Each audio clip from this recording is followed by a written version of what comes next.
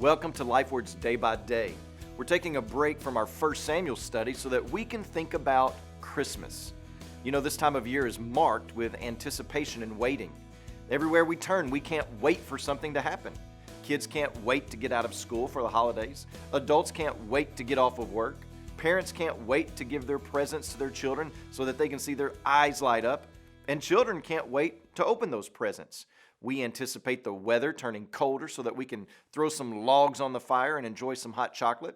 We anticipate the arrival of hunting season. We anticipate the arrival of reduced prices for the shopping season.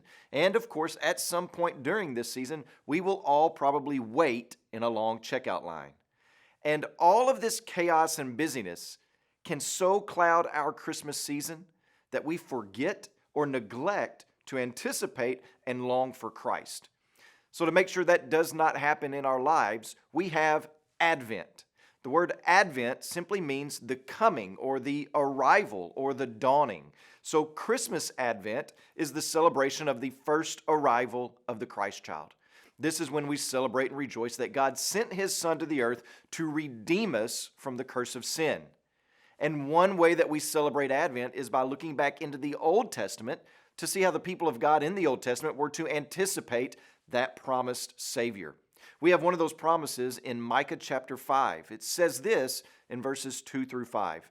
But you, O Bethlehem, who are too little to be among the clans of Judah, from you shall come forth for me one who is to be ruler in Israel, whose origin is of old, from ancient days. And he shall stand and shepherd his flock in the strength of the Lord, in the majesty of the name of the Lord his God. And they shall dwell secure. For now he shall be great to the ends of the earth, and he shall be their peace. Well, the text tells us that the city of Bethlehem would be the hometown of this ruler of Israel. Bethlehem was not going to show up on many maps. It was small, insignificant, overwhelmingly normal.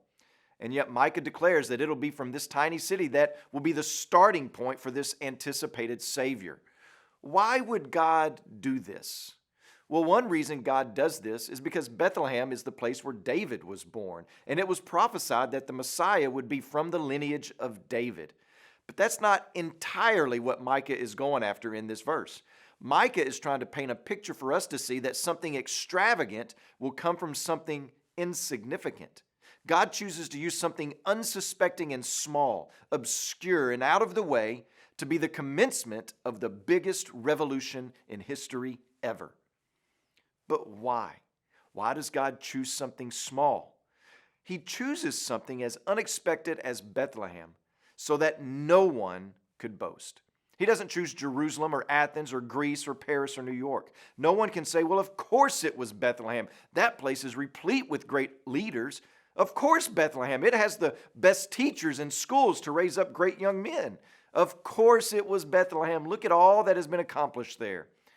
No, God goes out of the way to help us to see that He does not need our efforts, accomplishments, or help in order to bring Himself glory.